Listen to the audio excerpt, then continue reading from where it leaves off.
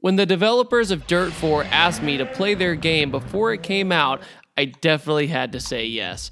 Dirt is one of those video game series that really did innovate in the racing game industry.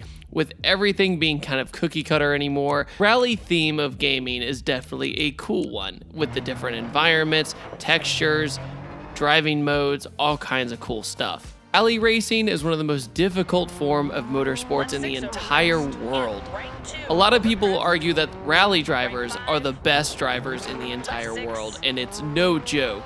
I could totally defend that argument. With the new installment of Dirt being Dirt 4, I just wanted to point out a few cool new things that the game has to offer. When you first jump into Dirt 4, the first thing you want to check out, of course, is the career mode. There's 4 different racing disciplines. It's Rally, Rallycross, Land Rush, and Historic Rally. There's over 150 cars and expansive progression throughout the entire game. That way, you get better cars and better stages and cooler stuff to do. One of my favorite things about the game so far is the Dirtfish School. If you want to really improve your skills and actually get really good at the game, you can go to the Dirtfish facility, which by the way is real in real life. It's a really cool facility where they teach you how to be a rally driver. And in this game, they teach you how to improve your skills and get faster lap times around each course or around every stage. You can do drifts or donuts or whatever you want in this area. It's kind of just a free roam open world. It actually comes with lessons too, so it'll teach you how to come off throttle, when to hit the brake, when to hit the e-brake, what's it like using a manual or sequential gearbox, all sorts of really cool stuff. One of the biggest things though is the gamer versus simulation handling systems. There's actually 2 handling options in the game, which feel completely different. One is gamer, and gamer is literally you want to hop on and just drive every stage as hard as you can and don't really have to worry about any kind of real life simulation. You do still feel the different surfaces and everything, but you don't have to put as much input in and you don't crash as often. As soon as I went to simulation, however, I found myself crashing a lot more because I was a little too gung-ho. You have to be much more skilled with the simulation, and it's very much a challenge. Gamer options definitely looking for more arcade kind of experience, and the other one is for hardcore simulation fans. These are not really difficulty modes, but rather than overall game modes. It's essentially 2 games in one, if you think about it.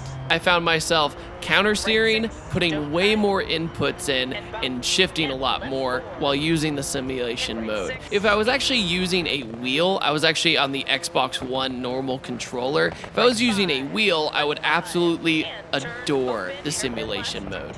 But I went over to the gamer side and tried it out, and I really did enjoy the gamer mode just to get through the stages and check out each option. At the end of every race, you get credits, you get a team relationship. At the beginning of each race, you launch it really hard, you basically dump the clutch at full RPM. You go through the whole course, and your co-driver, just like in real rally racing, tells you how intense each corner is and what speed you should be taking it. I play a lot of circuit racing games, so my instinct was instantly to apex everything. But there's going to be times where the driver goes, don't hug it, don't do this, stay right instead, or stay left instead. If you don't, half the time you crash.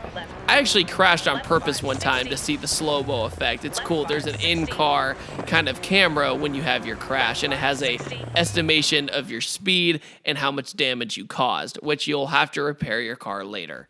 There's another thing too they've invented called RaceNet. It's an online community that's really big in the racing world because Codemasters created this daily, weekly, monthly challenge to pit you against other people in the entire online community. I think this will create a lot of replay value for Dirt 4. Each car I drove in the game really did feel completely different. I started out with a Fiesta, then went to a Subaru that was much faster. I took a break from career mode and then went over to the free play mode and tried out a bunch of other cars. Tried out the Ford RS200, which was absolutely nuts. I also tried out the trophy truck kind of stuff with the off-roading truck. You have the options of rear-wheel drive or four-wheel drive, and it was a lot of fun driving the trucks. And it's really cool seeing the environment and how dirty the trucks are getting, say in Baja or something like that. The stages are pretty cool too. You go all the way around the world, no matter what championship it is. You start off in Michigan in the championship after doing the Dirtfish school. And after Michigan, you move on to other stages around the world. It's cool with your transmission. You can drive automatic, you can drive a sequential gearbox, which is interesting too, how they definitely went into detail about everything. I also changed camera angles a lot. Sometimes it's easier to drive from the cockpit or in third person, depending on your environment. I will say though, when it does get foggy outside or rainy outside, it makes it way more intense. When it is really foggy outside, you really have to trust your co-driver, and it gets really nerve-wracking. Pretty wild how a video game nowadays can make you kind of nervous with that kind of environment. You really do feel the car gaining traction, losing traction. When you rip the e-brake, if you don't do it just right, you get just dead stopped in your tracks. It can get really frustrating at times because you have this feeling of, oh, why didn't I just listen to my co-driver? And I totally just went lone wolf and just ignored what they said, and that resulted in a really terrible crash. So I'm gonna go ahead and play an entire stage just to show you what the entire experience is like. So let's get started. 3, 2, 1, go. Right 6 over crest, don't cut. 200. 200 over bumps, 100. Right 5. And right 4, 200. That sounds like your brakes. Right 6 over crest, 80. And right 6. And left 5, 40 through dip, water splash. Right 6 over crest. Left 6 through dip, right 5. And left 6, 200.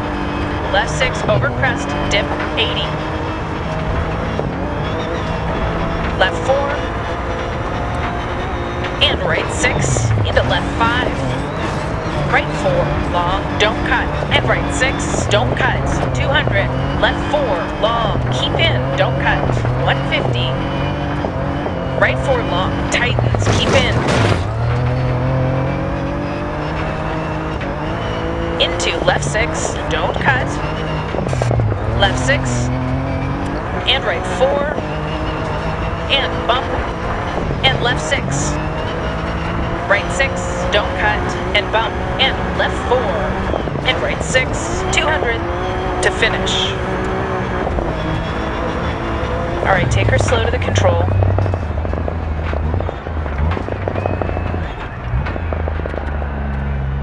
As always, not the best run of my life, but I had a really good time doing it.